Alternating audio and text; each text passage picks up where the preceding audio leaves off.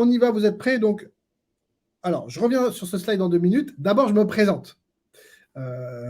Alors, donc, qui suis-je? Pour ceux qui ne me connaissent pas, Alors, je suis Noam C, je suis consultant Airtable, consultant et formateur sur Airtable. De formation, je suis ingénieur en système d'information.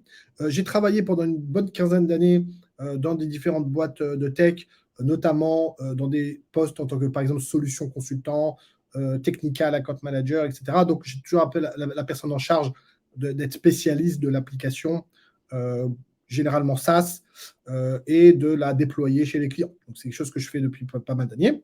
Et en 2017, pendant que j'essayais de construire une petite application pour mon équipe, un petit CRM, je cherchais un peu les outils sur Google que je pourrais utiliser, et je suis tombé par hasard sur Airtable. Et quand je suis tombé sur Airtable, je suis vraiment, entre guillemets, tombé amoureux. Je ne sais pas qu'on peut être tombé amoureux d'un outil digital, mais oui, c'était mon cas. Parce que j'ai tellement galéré avec des outils pas flexibles, chers, compliqués à prendre en main, etc. pendant des années. Quand je suis tombé sur Airtable, et quand j'ai découvert sa flexibilité, sa puissance, là, vraiment, j'ai dit, j'ai vu la lumière, j'ai dit, c'est exceptionnel. J'ai dit, voilà, maintenant, je vais arrêter tout et je vais être consultant sur Airtable. Je vais faire Airtable ma spécialité et je vais construire des applications sur Airtable. Donc, j'ai quitté mon job en 2017. Donc, à partir depuis 2018, c'est ce que je fais. Je crée des applications sur Airtable et son écosystème, bien évidemment. Et je fais ça maintenant depuis bientôt 6 ans. Voilà. Et en 2021, donc il y a à peu près 2 ans et demi, j'ai décidé de créer donc Airmaker. Donc Airmaker, c'est un organisme de formation et une agence de conseil spécialisée évidemment dans la formation sur Airtable et dans le déploiement de la construction d'outils avec Airtable. Et je travaille évidemment avec une petite équipe de consultants qui sont chacun indépendants. On travaille un petit peu comme un collectif de spécialistes. Et on travaille ensemble pour faire de la formation et pour faire de la prestation.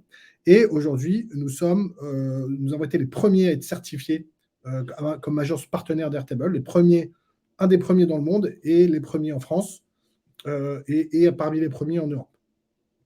Donc voilà pour la présentation. N'hésitez pas à la fin, si vous avez d'autres questions par rapport à mon parcours, on pourra les poser à la fin. Je répondrai à la fin. Maintenant, venons-en au sujet. Alors, les 5 étapes. Donc c'est quoi ces 5 étapes? C'est en fait, voilà, donc c'est quoi cette méthodologie? C'est une méthodologie que j'ai un petit peu construite au fur et à mesure du temps. D'accord? Évidemment, je n'ai pas démarré en faisant ça, j'ai fait un petit peu, j'ai tâtonné. Et au fur et à mesure du temps, j'ai façonné, amélioré cette méthodologie. Évidemment, je ne l'ai pas inventée de toutes pièces, je me suis un petit peu inspiré des méthodologies existantes, des méthodologies classiques, traditionnelles. J'ai fait un peu des recherches et j'ai fait un peu ma propre méthode. Évidemment, c'est quelque chose que je vous invite à faire. Créer une application aujourd'hui no-code avec Airtable, solide, fonctionnelle, qui fonctionne dans le temps, ça ne peut pas se faire à l'arrache. Il faut un minimum de méthodologie. Donc les compétences, c'est bien, mais il faut aussi une méthodologie. D'accord? Donc ça, c'est la mienne. Je vous partage la mienne, mais évidemment, à vous de prendre le bon, ce qui vous plaît, et enlever ce qui ne vous plaît pas, et l'adapter à vous, et créer votre propre méthodologie pour créer des choses et évidemment l'adapter à votre spécialité, à votre métier ou à d'autres outils que vous utilisez de préférence. Moi, évidemment, l'idée, c'est d'utiliser principalement Airtable. Donc là, ça vaut pour Airtable. Je ne sais pas à quel point ça vaut pour d'autres outils. Voilà pour la petite intro. OK, donc les 5 étapes, les voici. Et on va les passer en revue. Mais avant de passer en revue, je vais faire une petite introduction sur la méthodologie agile. Alors, je sais que c'est quelque chose qui est assez connu, mais avant de rentrer là-dedans, avant de rentrer dans la méthodologie, toute cette méthodologie, toute cette approche ne vaut rien si vous n'appliquez pas, si vous n'appliquez pas la méthodologie agile. C'est-à-dire que la méthodologie agile, en fait, c'est le fondement de cette approche. Mon approche repose sur la méthodologie agile. Alors, il y a de la littérature sans fin sur le sujet de la méthodologie agile, mais je vais essayer de le résumer en un mot. Et moi, j'aime bien les images, donc une image vaut 1000 mots. Et cette image, pour moi, elle résume très bien la différence entre l'approche agile et l'approche classique de création de projet qu'on appelle le waterfall. Donc ici, en un mot, quelle est la différence entre l'approche agile et l'approche waterfall en cascade en français quand on doit réaliser un projet comme celui-ci, là, donc un tableau? Est-ce que quelqu'un peut me dire pourquoi ici la méthodologie est plus agile et plus intéressante? C'est quoi l'avantage de la méthodologie agile? Est-ce que quelqu'un peut me le dire ici en chat, peut-être? J'afficherai évidemment la réponse sur l'écran. On va voir. OK. Bon. Alors, je vais répondre. Donc, la grande différence entre les deux ici, c'est que, alors évidemment, tous les avantages, rapidité, etc. Mais regardez, entre les deux, ce que vous voyez ici, c'est que dans la méthodologie agile, à chaque étape du développement, si on s'arrêtait à l'étape 1 ou 2, dans la méthodologie agile, on a créé quelque chose qui a de la valeur. Quelque chose qui est exploitable. D'accord? Donc, imaginons qu'on arrête ici à l'étape 2. Ici, si on est en waterfall, on aura un demi-tableau. D'accord? Ici, on va avoir un tableau sans couleur, mais complet.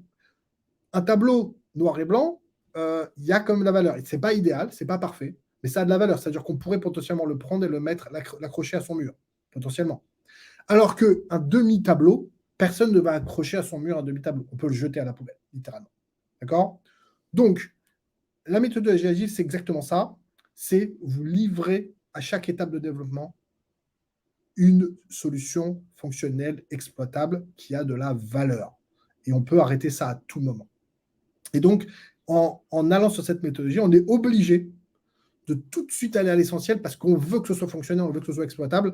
Et donc, on va devoir très vite aller vers l'essentiel, très vite construire quelque chose de viable. Et donc, on va mettre de côté tout ce qui n'est pas essentiel et ça va permettre de prioriser, d'être rapide et très efficace. Voilà. Donc, très important de ces méthodologies agiles. Et si vous n'aviez qu'une loi à retenir, et c'est ça la loi que j'affiche toujours sur mon mur et que j'enseigne dans mes formations et dans mon bootcamp, c'est la loi de Gall, qui est un petit peu satirique, mais qui est vraie. C'est que, voilà, c'est impossible de créer un système complexe dès le départ. D'accord? Donc, forcément, si vous voyez un système complexe qui fonctionne, c'est que forcément, ça a été à la base un système simple, qu'on a fait évoluer, qu'on a amélioré, sur lequel on a rajouté des fonctionnalités, et à la fin, c'est devenu un système complexe qui fonctionne. Mais essayer de construire un système complexe dès le départ, ça ne marchera pas. D'accord? Ça ne pourra pas fonctionner. D'accord? Donc, toujours créer un système simple au départ dans votre première itération. D'accord? Donc, retenez ce truc-là. Moi, ça m'accompagne tous les jours. OK? Donc, maintenant qu'on a compris cette approche agile qui est extrêmement importante, on va parler de la première étape, l'étape du design. D'accord? Donc, l'étape du design, c'est l'étape de la conception. Donc, avant de démarrer votre application, alors attention, tout cela vaut quand vous allez créer une application, on va dire, pour une organisation. D'accord? Donc là, je parle de comment créer une application Airtable pour une organisation et qui va être potentiellement utilisée par plusieurs utilisateurs, on va dire une dizaine, une vingtaine, une centaine. Tout cela, évidemment, n'est pas pertinent si vous allez juste utiliser Airtable pour faire votre propre petite to-do list, pour gérer vos to-do, pour gérer vos contenus. Évidemment, tout ça n'est pas pertinent. L'idée, c'est vraiment de dire, OK, comment on va construire quelque chose d'une solution pérenne pour une organisation. Donc, quand on va le faire, donc effectivement, on est obligé de passer par une phase de design, de conception. D'accord? Beaucoup de gens qui créent, de consultants qui discutent, me disent non, mais moi, je vais directement, je construis directement les tables et puis je vois comment ça fonctionne. Pourquoi pas? C'est pas ce que je recommande. Je recommande de prendre le temps de faire ce qu'on appelle la première étape, qui est l'analyse métier. Donc, analyse métier, j'analyse l'organisation, j'analyse l'information qui circule dans l'organisation. Je comprends qu'aujourd'hui, on a un client qui a besoin de créer, par exemple, un outil pour créer ses commandes, pour créer ses produits. Très bien, je vais dire, OK, quelles sont les entités en jeu? Quelle est la relation entre ces entités? Et c'est là qu'on va décider, en fait, quelles sont les entités, donc en fait, quelles sont les tables qu'on va mettre dans notre base. D'accord? Et à la fin, on va essayer de mettre ça sur un papier et on va créer ce qu'on appelle le diagramme entité-relation, le RD. C'est tout simplement un diagramme qui va indiquer les entités en jeu, donc les tables, et les relations entre elles. D'accord? Dans les ERD classiques, si vous cherchez ERD sur Internet, vous allez voir vous allez voir des exemples avec toute la liste des champs, etc. Moi, ce que je recommande, c'est de ne pas rentrer tout de suite sur la liste des champs, parce que la liste des champs de chaque table, ce n'est pas très important de le savoir dès le départ. Par contre, ce qui est important de savoir dès le départ, c'est quelles sont les tables en jeu, quelle est la relation entre ces tables. Ça, c'est le plus important, parce que si vous vous trompez, ça va être plus difficile après de rattraper. D'accord? Et c'est surtout, ça vous donne tout de suite une idée tout de suite de comment votre schéma et comment votre schéma fonctionne. D'accord? Ça vous évite de créer des relations supplémentaires, etc. Ça, c'est ma première recommandation. Toujours dans l'aspect design, une deuxième étape, ce qu'on appelle le process engineering, la construction des processus. C'est simple, c'est de dire, OK, on va cartographier, mapper, écrire le processus en jeu qu'on va devoir digitaliser avec Airtable. Donc, ça peut être un processus de commande. Donc, on va dire, par exemple, un client veut passer une commande. Ensuite, qu'est-ce qui va se passer? Le client il va remplir un formulaire. Ensuite, ça va générer peut-être une commande, etc., etc. Donc, cibler le processus qu'on veut digitaliser, qu'on veut traiter, et le mapper, l'écrire. D'accord? Alors, ça a l'air simple comme ça, mais c'est recommandé quand on a des process assez compliqués. Croyez-moi, ça vaut le coup. Et en même temps, l'avantage, c'est qu'un flowchart comme ça, un diagramme des flux, c'est très facilement lisible par quelqu'un qui n'a aucune connaissance en informatique ou aucune connaissance d'Airtable. Les gens comprennent très bien le process sur ce flowchart et ça permet d'être en accord avec l'organisation, le client, la personne pour qui vous créez cette application. Donc, les deux étapes qui sont extrêmement importantes. Mais bien évidemment, rien n'est figé. Ça va être une première étape. Évidemment, on va toujours, au fur et à mesure qu'on avance, on va probablement revenir dessus. Mais une fois que vous avez fait ça, là, vous pouvez commencer à construire.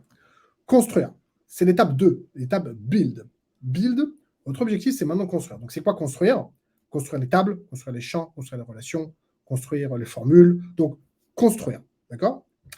Attention, l'idée, c'est de ne pas construire tout. D'accord? On ne va pas construire tout ce qu'on a en tête. L'objectif, c'est de construire la BMW, ce que j'appelle la BMW. Pas confondre avec BMW, qui est autre chose. La base minimale viable. C'est comme un peu le MVP, le minimum viable product. Là, c'est pareil, c'est la base. Donc, quelle est la base minimale viable, la base minimale qu'on peut créer pour avoir une solution fonctionnelle à la fin du premier sprint, de la première itération de travail? N'oubliez pas, méthodologie agile, on veut quelque chose d'exploitable. Donc, on va essayer de le faire. Et surtout, quand on va commencer à le faire, on va se rendre compte qu'on a des failles dans notre conception. Et c'est le moment où on revient sur notre design et qu'on fait des petits ajustements. Et donc, en fait, on va faire quelques petits échanges entre la construction et le design. On fait quelques itérations parce que jusqu'au moment où on arrive à un truc fonctionnel, quelque chose qui tient debout. Et généralement, c'est là qu'on injecte un tout petit échantillon de données dans la base pour être sûr qu'on arrive bien à manipuler la donnée. D'accord? Donc ça, c'est l'étape build. Une fois qu'on arrive à cette étape-là, une fois qu'on a cette base minimale viable, on passe à l'étape suivante. L'étape suivante, c'est automate. Donc, c'est là qu'on passe à l'étape d'automation. D'accord? Évidemment, à l'étape build, vous ne devez pas automatiser. D'accord? On doit juste construire la base, pas automatiser. C'est à ce moment-là qu'on automatise. Et là, pareil, il faut bien faire attention à créer uniquement les automations qui vont être indispensables pour le déploiement, pour la mise en œuvre du processus qu'on a cartographié à l'étape design. Vous vous rappelez qu'on a créé un processus, on a dit, voilà, dès que le client arrive, il doit passer une commande, dès qu'on a une commande, la personne doit être notifiée, etc. Donc, on a défini un process. Il faut se focaliser uniquement sur les automations qui me permettent à ce process de fonctionner. D'accord? Ce n'est pas du tout le moment de faire des intégrations avec de l'IA, etc. Pas du tout le moment. D'accord? On le fera peut-être dans une prochaine itération. D'accord? Et attention, gardez toujours à l'esprit, c'est que les automations, si vous êtes un peu comme moi, vous aimez les automations, et moi aussi j'adore ça, c'est un peu addictif. D'accord? Les automations. Dès qu'on commence à automatiser les choses, on a tout de suite envie d'automatiser tout. Il faut retenir cette envie d'automatiser, la contenir pour être vraiment structuré, parce que plus vous allez rajouter des automations, n'oubliez pas, à la fin, vous allez à chaque automation que vous rajoutez, vous perdez un peu de contrôle sur le système que vous avez créé. Donc, c'est dangereux, les automations. D'accord? Donc, ça, c'est l'étape d'automation. J'avance et puis je prendrai à la fin toutes les questions que vous avez. Étape 4. Deploy. Deploy, donc l'étape 4, deploy, c'est l'étape de déploiement. D'accord? Une fois qu'on a fait le design, qu'on a construit, qu'on a automatisé, c'est le moment de créer les interfaces. Alors, ma recommandation, et c'est mon approche depuis vraiment le départ, avant même que Airtable sorte ses interfaces, Airtable, vous avez vu, ça peut être extrêmement puissant.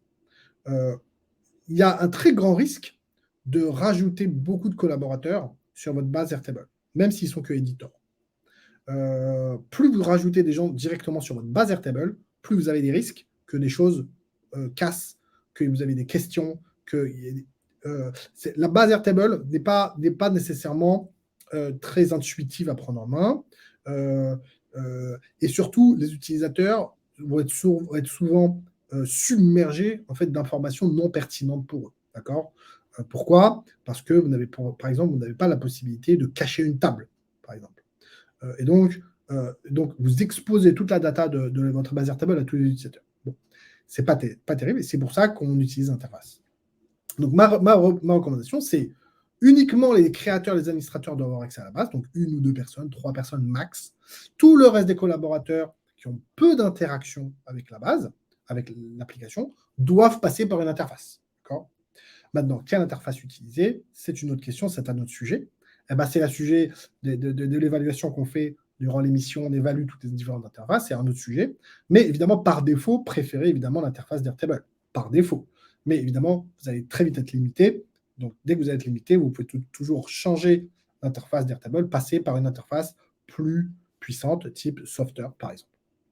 D'accord? Donc, l'idée, c'est que tous les collaborateurs puissent interagir avec votre application via l'interface uniquement, et que vous soyez en tant qu'administrateur connecté à la base. Maintenant, l'idée dans cette phase deploy, c'est d'inviter les premiers utilisateurs, les utilisateurs, ce qu'on appelle les friendly users, les utilisateurs qui vont vous aider de bonne volonté, qui vont vous donner du feedback sur votre interface, on va dire ah mais là je ne comprends pas, là il manque un bouton, là c'est pas clair, et donc ils vont vous donner plein de feedback et ça va vous permettre de fignoler, d'améliorer, d'arranger votre interface et de l'ajuster et d'itérer pour construire pareil une interface, même idée, l'interface minimale viable, pareil. Donc le strict minimum pour que ça fonctionne, et surtout essayer d'éviter de devoir former les gens sur l'interface. Si votre utilisateur dit maintenant je ne comprends pas mon interface, est-ce que tu peux s'il te plaît me former? Si votre utilisateur vous demande de former, c'est que vous avez perdu la partie. D'accord? L'interface doit être si simple que de se prendre en main intuitivement. D'accord? Donc c'est un grid, une table, un bouton, un call to action, clair et net. D'accord? Vous ne devez pas passer du temps à former vos utilisateurs. Ça ne scale pas. OK? Voilà pour la table deploy. Donc là, à ce stade, on a construit la base, on a construit les automations, on a construit l'interface, on a invité nos premiers utilisateurs, les utilisateurs nous ont donné un petit peu de feedback, et on a mis à jour un petit peu notre interface pour que ça fonctionne. Donc on a une interface fonctionnelle, une base fonctionnelle, des automations fonctionnelles. Donc on a réussi notre déploiement. Maintenant qu'on a déployé, on va passer à l'étape suivante. L'étape suivante, c'est l'étape de scale. Donc, si vous êtes arrivé déjà à la phase deploy, c'est déjà énorme. Vous avez réussi à déployer votre solution. Mais là, l'étape de scale est encore plus délicate. C'est parce que quand une application fonctionne avec 1 ou 2 ou 3 utilisateurs, ce n'est pas la même chose que faire fonctionner la même application avec 100 utilisateurs. Ce n'est pas la même chose. Votre application va être beaucoup... Là, vous allez avoir beaucoup plus d'essais, vous avez beaucoup plus de charges sur cette application. Et là, c'est le moment de vérité. C'est là où on va voir si tout ça fonctionne bien. Donc, les objectifs de scale, c'est en fait inviter progressivement les autres utilisateurs de votre organisation, pas tous en même temps, peut-être 10 par 10 par exemple, une première dizaine la première semaine, encore une autre dizaine la semaine suivante, etc. Vous assurez que tout fonctionne, parce qu'il y a des trucs qui vont péter, c'est évident. Il y aura des automations qui vont péter. Il y a des automations que vous n'aurez pas bien optimisées, vous vous rendrez compte que ça vous consomme énormément de run. Et donc, vous allez exploser le quota de run. Donc, vous allez devoir peut-être optimiser. Vous allez peut-être devoir sortir des automations d'Airtable, les mettre sur Make, sur Zapier, parce que ça consomme, ou inversement. Vous avez fait des choses sur Zapier que finalement vous pouvez intégrer. Bref, c'est le moment où vous allez vraiment vous assurer que votre application scale, donc grandit, évolue avec la charge. D'accord. Mais hormis le fait que tout fonctionne, donc ça c'est le premier élément, mais c'est pas parce que tout fonctionne que c'est bien. Il y a aussi un élément super important, c'est qu'il faut que les collaborateurs utilisent votre base. D'accord. Si personne n'utilise votre application, vous avez fait tout ça pour rien. Et vous pouvez jeter tout ça à la poubelle. Croyez-en mon expérience, c'est ce que ça m'est arrivé. On a construit une base avec un client, on a passé du temps sur l'interface, on a fait un truc super, etc. Et puis on a commencé à inviter les gens. Et puis on se dit, personne ne se plaint, tout va bien, c'est que tout le monde est content. Si personne ne se plaint, personne ne dit qu'il y a de problème, c'est que tout le monde est content. Mais en fait, pas du tout. C'est parce que personne ne posait de questions, personne ne disait quoi que ce soit, tout simplement parce que les gens ne l'utilisaient pas. Donc ça, c'est vraiment ultra important. C'est pas parce que vous allez donner un outil que tout le monde va l'utiliser.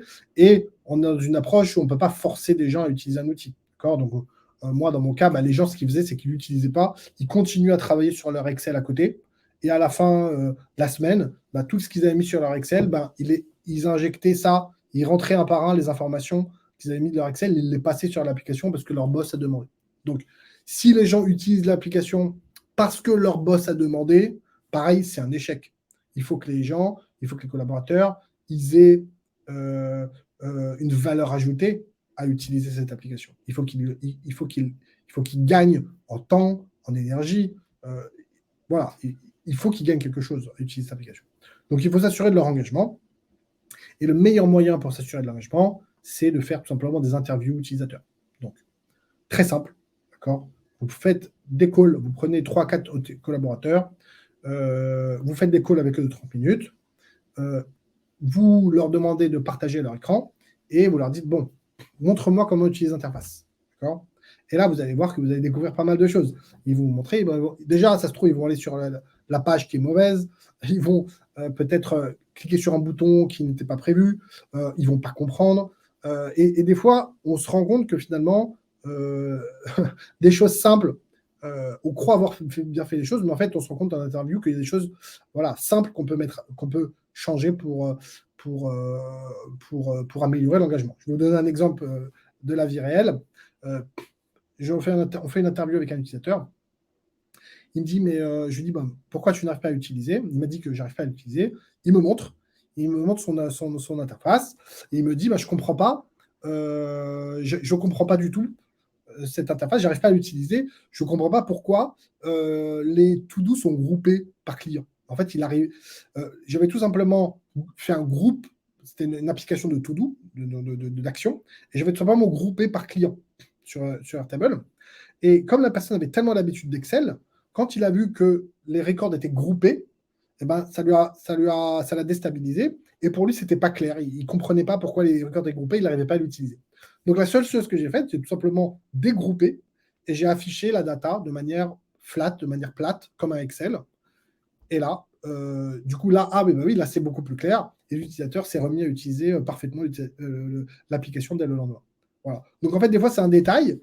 C'est juste que l'utilisateur, eux, ils s'en foutent un peu. Eux, ils ont 1000 choses à penser, ils ont 1000 choses.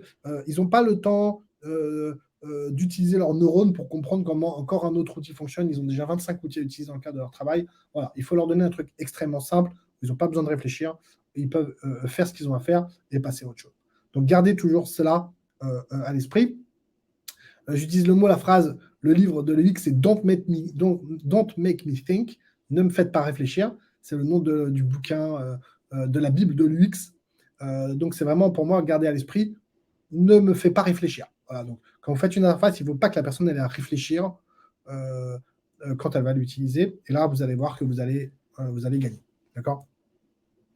Donc, ça, c'est l'étape du scale. Et en gros, quand vous avez passé l'étape, vous avez réussi. Mais ce n'est pas terminé. Parce qu'à partir du moment où vous allez devoir rajouter un autre module, rajouter donc une autre entité dans votre application, par exemple, rajouter, là, au départ, on parlait de commande produit client. Si vous voulez parler de paiement, par exemple, ben, c'est un paiement, c'est une entité qu'il faut rajouter à votre design. Et donc, c'est une table à rajouter dans votre base, donc c'est l'étape build. Et donc, peut-être une automation à mettre en place, etc., etc. Donc, à chaque fois qu'on va rajouter un module dans notre application, eh ben, on va reprendre, on va relancer, c'est une nouvelle itération qu'on va reprendre depuis le design jusqu'au scale. D'accord? Et on va avancer comme ça au fur et à mesure. Évidemment, les cycles vont être beaucoup plus courts à mesure qu'on avance dans l'étape du projet. La première itération est la plus longue, mais généralement, les autres vont être beaucoup plus courtes et on peut très vite déployer des fonctionnalités, on peut très vite déployer des nouvelles choses en suivant toujours cette approche-là de validation et ce cycle-là. D'accord? Voilà pour l'étape repeat. Voilà pour la méthode en très court. Évidemment, je développe beaucoup plus cette approche, cette méthodologie dans mon livre Reblanc qui est disponible évidemment gratuitement. Je vous donne juste un petit aperçu. Donc, vous retrouverez tout ce que j'ai dit dans ce livre blanc. C'est un livre blanc qui fait 13 pages et je détaille un petit peu plus, je donne un petit peu plus d'exemples, etc. et beaucoup plus de recommandations. Donc, je vous invite à le lire. En plus, il est très joli, très superbement designé par Caroline, ma designeuse. Je vous invite à le consulter gratuitement. Je vous enverrai. De toute façon, je mettrai le lien à la fin en commentaire et en dessous de la vidéo, du replay qui sera disponible par la suite. Voilà, ça c'était le mot de fin de la présentation. Je voudrais prendre quelques questions.